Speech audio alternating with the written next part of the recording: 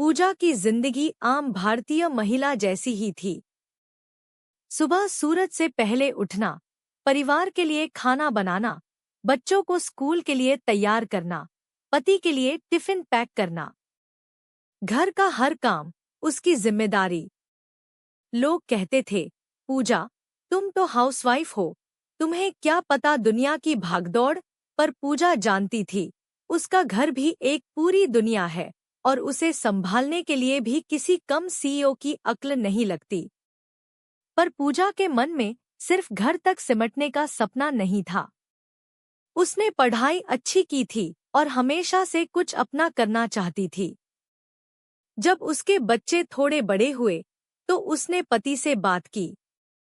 पति ने सपोर्ट किया, पर रिश्तेदारों और पड़ोसियों की नज़र में वो फालतू की झंझट मोल ले रही थी। अरे, घर कौन संभालेगा? बच्चे बिगड़ जाएंगे और इतने साल बाद कौन नौकरी देगा? जैसी बातें उसके कानों में पड़ती रहती थी। पूजा ने किसी की नहीं सुनी। उसने एक छोटे से ऑनलाइन कोर्स से शुरुआत की, अपने पुराने स्किल्स को ताज़ा किया। शुरू में बहुत मुश्किल हुई।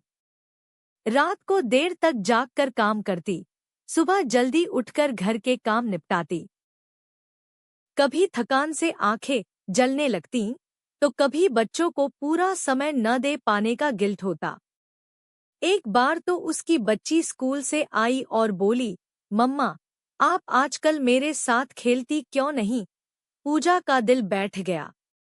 उसने उसी दिन फैसला किया कि चाहे कुछ भी हो जाए, घर और करियर दोनों को बराबर समय और प्यार देगी।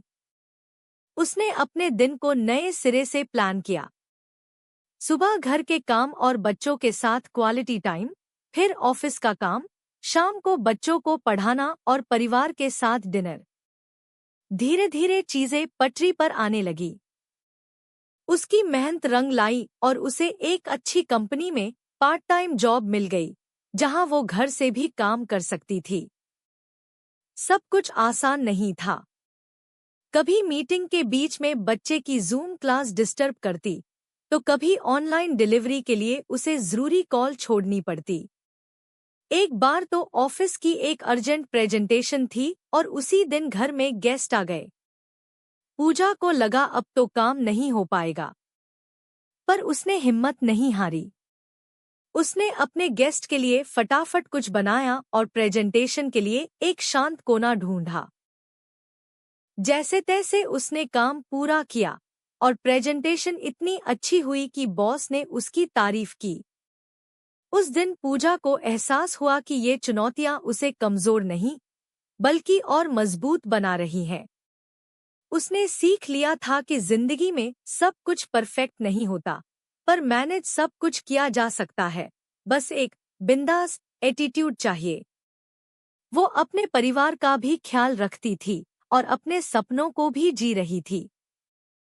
वक्त बीता, पूजा ने अपनी मेहनत से पार्ट टाइम से फुल टाइम जॉब हासिल की। उसने अपने बच्चों को भी सिखाया कि सपने देखने और उन्हें पूरा करने के लिए कभी देर नहीं होती। आज पूजा एक सफल प्रोजेक्ट मैनेजर है और उसका घर भी उतना ही हंसता खेलता है जितना पहले था।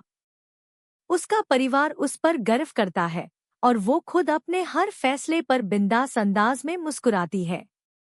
आज वो जानती है कि हाउसवाइफ होना कोई छोटा काम नहीं, बल्कि सबसे बड़ा मैनेजमेंट है, और अगर उसके साथ करियर के सपने भी जुड़ जाएं, तो एक महिला क्या कुछ नहीं कर सकती।